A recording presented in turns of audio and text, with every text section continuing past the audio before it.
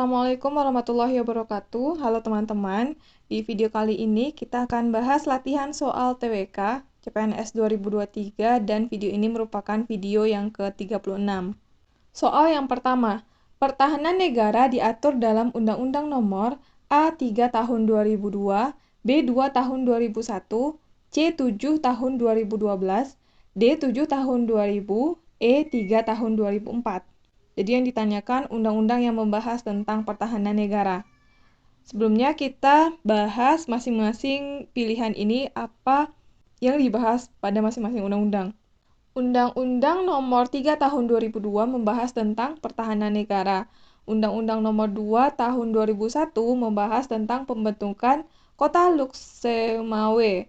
Undang-Undang Nomor 7 Tahun 2012 membahas tentang penanganan konflik sosial. Undang-Undang Nomor 7 Tahun 2000 membahas tentang perubahan atas Undang-Undang Nomor 47 Tahun 1999 tentang pembentukan Kabupaten Nunukan, Kabupaten Malinau, Kabupaten Kutai Barat, Kabupaten Kutai Timur, dan Kota Bontang.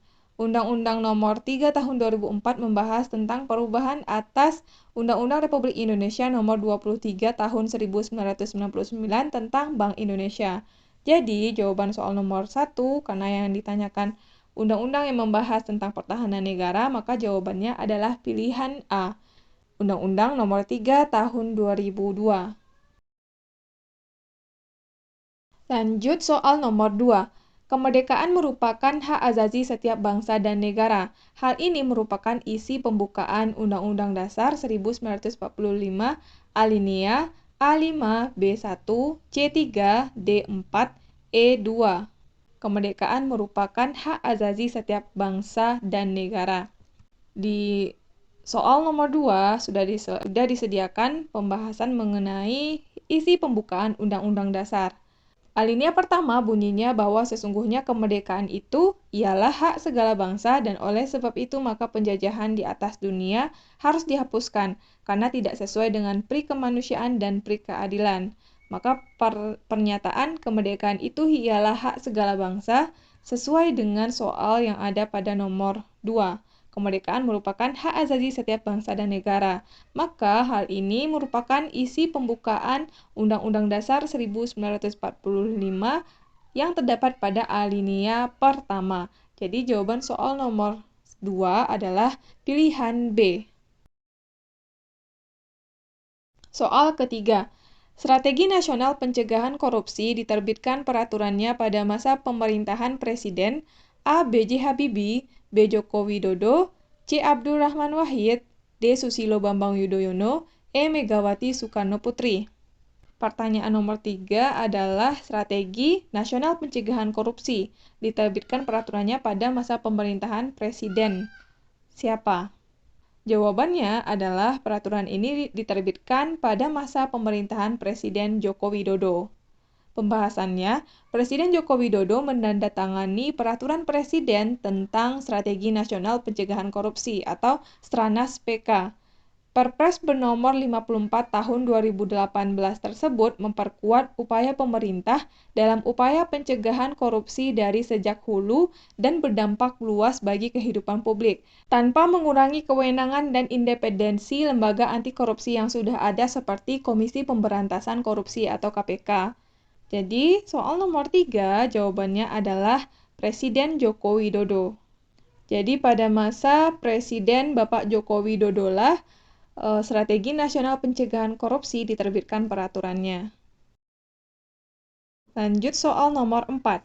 Ciri-ciri sistem pertahanan dan keamanan rakyat semesta adalah A. Kebudayaan, kepemimpinan, rela berkorban, B. Kewilayahan, keutuhan, kepemimpinan, C. Keutuhan, kerakyatan, kewilayahan, D. Kerakyatan, kebudayaan, keutuhan, E. Kesemestaan, kerakyatan, kewilayahan. Nah, soal nomor 4 juga sudah ada pembahasannya. Sistem pertahanan dan keamanan rakyat semesta atau Sishankamrata adalah sistem yang disusun berdasarkan falsafah Undang-Undang Dasar dengan tujuan untuk mewujudkan ketahanan nasional Indonesia. Sistem pertahanan dan keamanan negara yang bersifat semesta mempunyai ciri-ciri yaitu kerakyatan, kesemestaan, dan kewilayahan. Ciri kerakyatan mengandung makna bahwa orientasi pertahanan diabdikan oleh dan untuk kepentingan seluruh rakyat. Ciri kesemestaan mengandung makna bahwa seluruh sumber daya nasional didayagunakan bagi upaya pertahanan. Ciri kewilayahan merupakan gelar kekuatan pertahanan yang tersebar di seluruh wilayah NKRI, sesuai dengan kondisi geografi sebagai satu kesatuan pertahanan. Sishan Kamrata adalah sistem pertahanan yang bersifat semesta yang melibatkan seluruh warga negara, wilayah, dan sumber daya nasional lainnya, serta dipersiapkan secara dini oleh pemerintah dan diselenggarakan secara total, terpadu, terarah, dan berlanjut untuk menegakkan kedaulatan negara, keutuhan wilayah, dan keselamatan segenap bangsa dari segala ancaman. Jadi, soal nomor 4, ciri-ciri sistem pertahanan dan keamanan rakyat semesta adalah pilihan E, yaitu kesemestaan, kerakyatan, dan kewilayahan. Lanjut soal nomor 5. Bangsa Indonesia adalah bangsa yang besar dan berbeda dengan bangsa yang lain. Hal tersebut tercermin dari sikap mental dan tingkah lakunya. Hal ini karena Pancasila berperan sebagai A. Pandangan hidup, B. Dasar negara, C. Jiwa bangsa, D. Ideologi bangsa, E. Kepribadian bangsa. Berikut pembahasan soal nomor 5. Jadi masing-masing dari fungsi Pancasila atau peran dari Pancasila, setiap pilihannya itu kita harus paham. Yang pertama adalah Pancasila sebagai pandangan hidup. Maksudnya adalah semua aktivitas kehidupan bangsa Indonesia harus sesuai dengan sila-sila dari Pancasila. Hal ini karena Pancasila merupakan kristalisasi dari nilai yang dimiliki dan bersumber dari kehidupan bangsa Indonesia. Nilai-nilai tersebut yaitu nilai dan jiwa ketuhanan keagamaan, nilai dan jiwa kemanusiaan, nilai dan jiwa persatuan, nilai dan jiwa kerakyatan demokrasi, nilai dan jiwa keadilan sosial. Yang kedua adalah Pancasila sebagai dasar negara. Maksudnya, Pancasila sebagai dasar yang mengatur penyelenggaraan pemerintahan. Pancasila adalah dasar negara dari NKRI yang harus dilaksanakan secara konsekuen dan konsisten. Kedudukan Pancasila sebagai dasar negara memiliki fungsi dan kedudukan sebagai kaidah negara yang fundamental atau mendasar, sehingga sifat Pancasila tetap, kuat, dan tidak dapat diubah oleh siapapun, termasuk MPR atau DPR hasil pemilihan umum. Mengubah Pancasila artinya membubarkan NKRI. Pancasila sebagai dasar negara memiliki makna sebagai dasar untuk menata negara yang merdeka dan berdaulat, sebagai dasar untuk mengatur penyelenggaraan aparatur negara yang bersih dan berwibawa, sebagai dasar arahan dan petunjuk aktivitas kehidupan bangsa Indonesia dalam kehidupan sehari-hari. Kemudian, Pancasila sebagai jiwa bangsa, bahwa setiap bangsa memiliki jiwanya masing-masing yang disebut Volksgeist, artinya jiwa rakyat atau jiwa bangsa. Pancasila sebagai jiwa bangsa lahir bersamaan dengan adanya bangsa Indonesia, yaitu zaman Sriwijaya dan Majapahit. Pancasila itu sendiri telah ada sejak adanya bangsa Indonesia. Kemudian Pancasila sebagai ideologi bangsa merupakan tujuan bersama bangsa Indonesia yang diimplementasikan dalam pembangunan nasional. Pembangunan nasional yaitu mewujudkan masyarakat adil dan makmur yang merata, material, dan spiritual berdasarkan Pancasila dalam wadah NKRI yang merdeka, berdaulat, dan bersatu. Kemudian berkedaulatan rakyat dalam suasana kehidupan bangsa yang aman, tentram, tertib, dan dinamis, serta dalam lingkungan pergaulan dunia yang merdeka, bersahabat, tertib, dan damai. Kemudian yang terakhir, Pancasila sebagai kepribadian bangsa, diwujudkan dalam sikap mental dan tingkah laku serta amal perbuatan. Sikap mental dan tingkah laku memiliki ciri khas. Artinya dapat dibedakan dengan bangsa lain. Ciri khas yang dimaksud adalah kepribadian. Jadi, berdasarkan soal nomor 5, bangsa Indonesia adalah bangsa yang besar dan berbeda dengan bangsa lain. Hal ini tercermin dari sikap, mental, dan tingkah lakunya. Hal ini karena Pancasila berperan sebagai pilihan yang benar adalah jawaban E, yaitu sebagai kepribadian bangsa. Lanjut soal yang ke-6. Perjuangan Sarekat Islam merupakan pergerakan A. Regional, B. Agama, C. Nasional, D. Sosial, E. Dagang. Berikut pembahasan mengenai soal nomor 6. Syarikat Islam atau disingkat SI atau Sarekat Islam dahulu bernama Sarekat Dagang Islam atau disingkat SDI. Didirikan pada tanggal 16 Oktober 1905 oleh Haji Samanhudi. SDI bertujuan awal untuk menghimpun para pedagang pribumi Muslim, khususnya pedagang batik agar dapat bersaing dengan pedagang-pedagang besar Tionghoa. Pada saat itu, pedagang-pedagang keturunan Tionghoa tersebut telah lebih maju usahanya dan memiliki hak dan status yang lebih tinggi daripada penduduk Hindia Belanda lainnya. Kebijakan yang sengaja diciptakan oleh pemerintah Hindia Belanda tersebut kemudian menimbulkan perubahan sosial karena timbulnya kesadaran di antara kaum pribumi yang biasa disebut sebagai inlanders. SDI merupakan organisasi ekonomi yang berdasarkan pada agama Islam dan perekonomian rakyat sebagai dasar penggeraknya. Di bawah pimpinan Haji Samanhudi, perkumpulan ini berkembang pesat sehingga menjadi perkumpulan yang berpengaruh. Jika ditinjau dari anggaran dasarnya, dapat disimpulkan tujuan SI atau Sarekat Islam adalah yang pertama mengembangkan jiwa dagang, yang kedua membantu anggota-anggota yang mengalami kesulitan dalam bidang usaha, yang ketiga memajukan pengajaran dan semua usaha yang mempercepat naiknya derajat rakyat, yang keempat memperbaiki pendapat-pendapat yang keliru mengenai agama Islam, yang kelima hidup menurut perintah agama. Jadi, berdasarkan soal nomor 6, perjuangan Sarekat Islam merupakan pergerakan yang lebih mengarah kepada bidang dagang. Jadi, soal nomor 6 jawabannya adalah pilihan E, yaitu dagang. Lanjut soal nomor 7. Untuk menjaga pertahanan dan keamanan negara, pemerintah berhak untuk melakukan operasi militer. Berikut ini adalah bentuk-bentuk operasi militer di darat kecuali A. Operasi perlawanan rakyat, B. Operasi ofensif balas, C. Operasi pertahanan daerah, D. Operasi pertahanan pangkalan, E. Operasi pertahanan mobil. Yang ditanyakan adalah yang bukan bentuk-bentuk operasi militer di darat.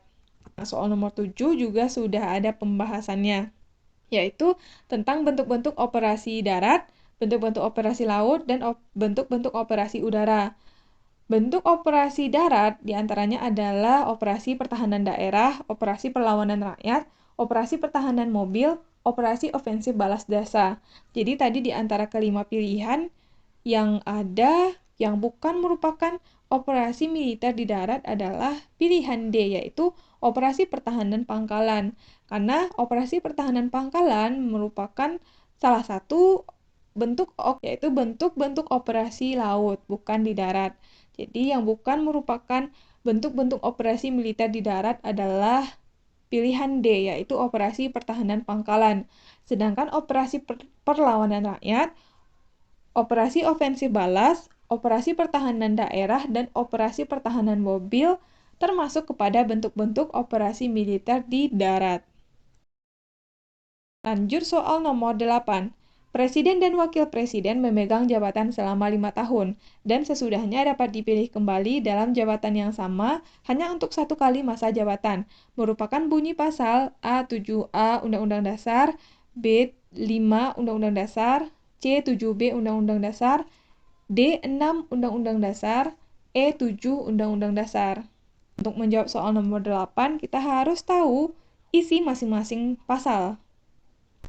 Pasal 7A Undang-Undang Dasar berbunyi Presiden dan Wakil Presiden dapat diberhentikan dalam masa jabatannya oleh Majelis Permusyawaratan Rakyat atas usul Dewan Perwakilan Rakyat, baik apabila terbukti telah melakukan pelanggaran hukum berupa pengkhianatan terhadap negara, korupsi, penyuapan, tindak pidana berat lainnya atau perbuatan tercela maupun apabila terbukti tidak lagi memenuhi syarat sebagai presiden dan atau wakil presiden.